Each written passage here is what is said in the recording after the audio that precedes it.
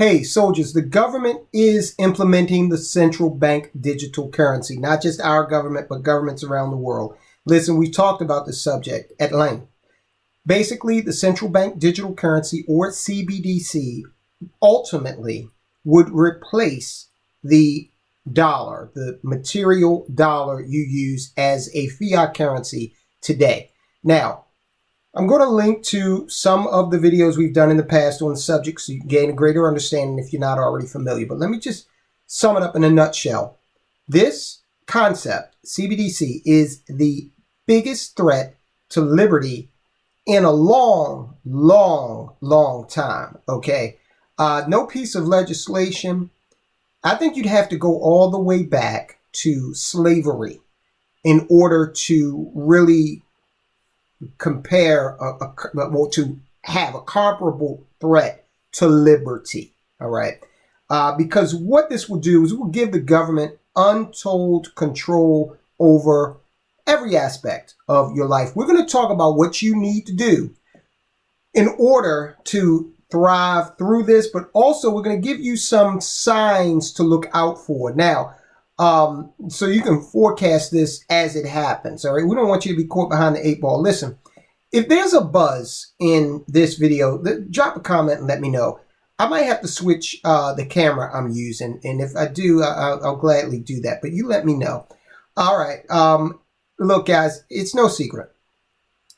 I'm not a fan of crypto, but I've told you why several times. Let me just give you the biggest reason, okay? The biggest, most glaring reason for me is the threat to crypto from the government, United States government, in my case, the governments of the world, because I know we got subscribers from all over the place. That's my consternation point, is will the government be able to come in and quash this? All right. The concept of crypto, I love. All right. The concept of it, I absolutely love, especially the libertarian side of me. Right. But look, let's be honest. From where it started to where it is now, crypto the concept has been corrupted, and it's been corrupted by legislation primarily. The United States government would do more damage to the concept of crypto than Sam Bankman-Fried and FTX ever could. All right. Allegedly. Listen, they've got this thing coming into fruition here in I think it's July. It's called FedNow. All right. And FedNow is going to be an instant payment system that the banks are going to participate with the Fed in. Remember, the banks here in the United States of America own the Fed. Okay, they own shares of the Fed. So if you own any banking shares, you kind of own a piece of the Fed. It's a little different in some of the other countries whereby, like, take the Bank of England, for example.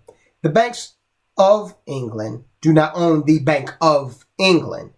The federal government of England owns the Bank of England. Same thing with the Bank of China, India, Russia. Okay, so we're a little unique in that respect. On March 15th, in the midst of the banking collapse, the Federal Reserve issued a press release detailing a new instant payment system that will be launched in July. Okay, so it's July, actually. That system is called FedNow. Here's what the government, said about it. The first week of April, the Federal Reserve will begin the formal certification of participants for launch of the service, the FedNow service. Early adopters will complete a customer testing and certification program. Now, when they say early adopters, they're talking about the banks, okay? That certification program will be informed by feedback from the FedNow pilot program to prepare for sending live transactions through the system, okay? Right now, if you want to make a transaction, let's say you want to go and you want to buy a semi-automatic rifle, one of those big, black, scary rifles, okay? Right now, you could do that with cash. No one has to be the wiser. Once you fill out your proper forms and whatnot, and those forms come back from the FBI, in the state of Maryland, you have to fill out the form. I don't know about any other state. Got to send it to the FBI. NICS, I think it's the name of the form. As long as they come back and say you're good to go, then in Maryland right now, you can go ahead and buy that weapon, okay? But you can buy it for cash. No one has to know. You can't tell me that that very transaction I just gave as an example will not be cataloged somewhere in the federal government, and they'll know exactly how many rounds of ammunition you have, okay? The government's into that sort of thing. The government is scared of the people. I love this country, guys. I haven't said this in a while, but we've got a lot of new subscribers. I absolutely love this country, and I'm never leaving, okay? I'll turn the lights out, but I am so suspicious of this government. All right, so certification encompasses a comprehensive testing curriculum with defined expectations for operational readiness and network experience. In June of 2023, the Federal Reserve and certified participants will conduct production validation activities to confirm readiness for July launch. This is a prelude, guys, to a central bank digital currency. They're doing some testing, putting some things in place, and they're probably going to continue to call it FedNow, okay? And maybe they'll come up with a less ominous name, because Fed does have a, not 100% positive connotation in the United States of America. So they'll probably come up with a softer name for it. They'll send it out, contract some marketing companies to help them do that. They're not going to call it a CBDC, okay, because that's getting a bad rap, justifiably so. CBDC would enable the government to do a few things that it can't do now. For starters, it would be able to throttle you. And what I mean by throttle is that this is a term that comes from the telecom industry. If they want to slow down your bandwidth, maybe you're using too much bandwidth and they want to slow you down, it's called throttling, all right? So they could do the same thing with your money and throttle your ability to spend, throttle it back. Examples have been given of, linking it to the whole climate change hysteria by saying, oh, well, Mr. Jones, you already spent $100 in gasoline in the last 7 days. We have a limit on the monthly allocation of gasoline that you can actually purchase for your vehicle. And so now, since we control what you spend, how much you spend, where you spend it, we're going to throttle you. You can get $50 more, okay? But we'll just make it $50 in the next 3 weeks, $50 each week, okay? You got to slow down. Your carbon credits are your carbon expenditure is way too high, Mr. Jones. It's coming, guys, okay? I know I sound like, engaging in farcical hysteria. What is it? Conspiracy theory. But trust me, this thing is coming.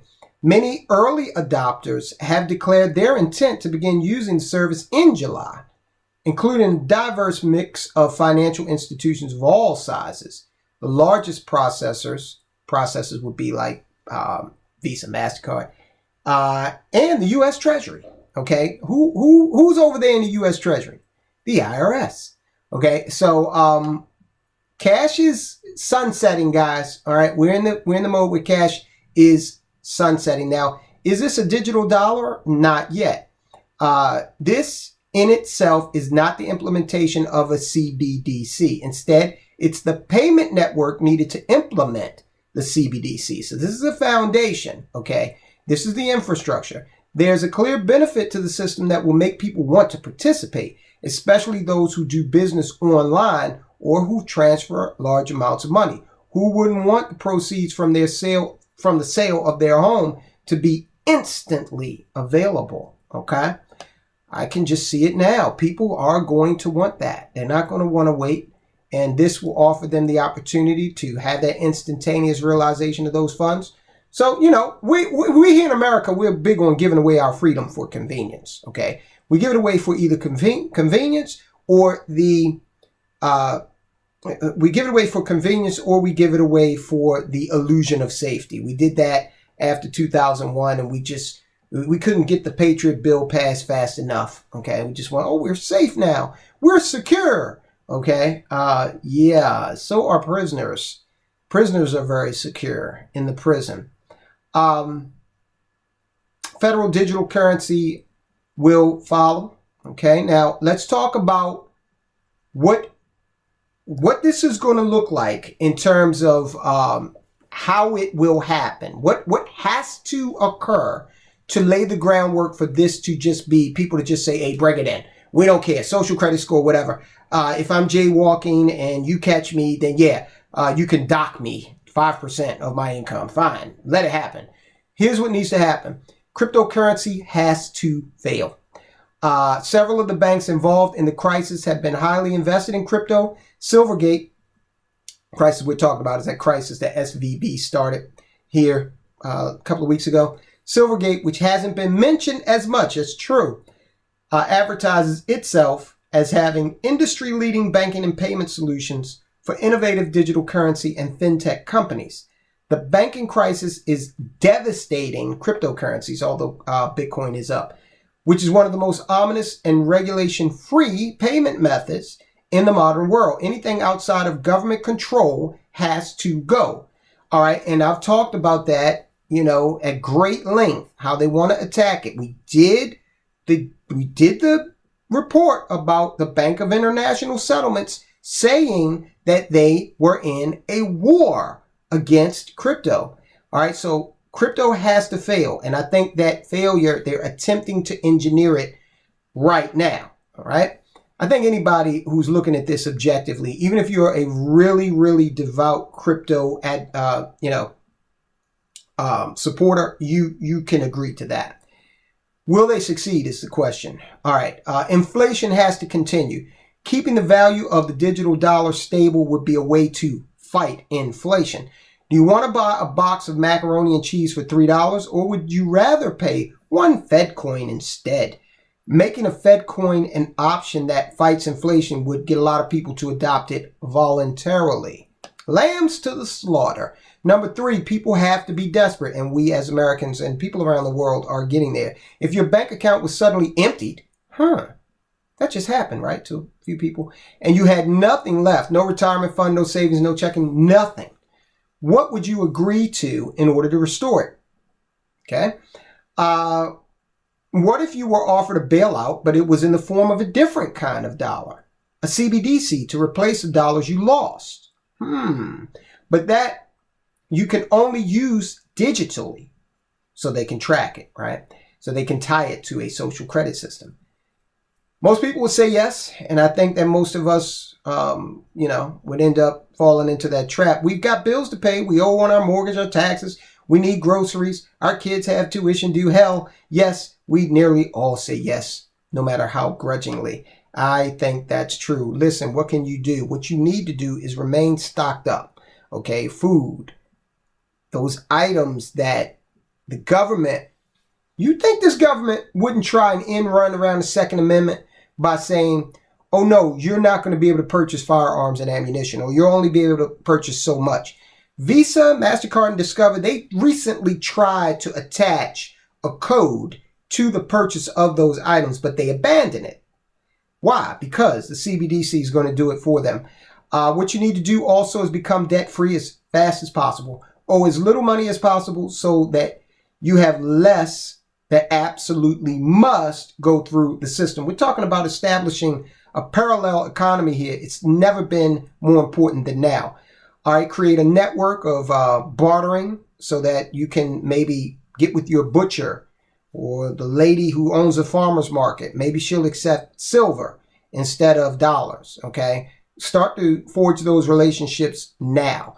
And you've got to invest in precious metals. You've got to do your due diligence. Figure out to what extent you need to invest in precious metals. Remember, silver has a lot lower value, so it's going to be that precious metal that is used more often for things like food. Learn skills. Absolutely. I learned the skill of being an emergency medical technician. I was a volunteer firefighter and EMT for a little while, and I learned that valuable skill. Okay, my brothers are very mechanically inclined. Learn a skill. All right, not only will these help you with the ability to barter, absolutely, but it means you have to spend less money through the system to get things done. And prepare to live without the system, but know that it may not be possible to fully exist outside the system.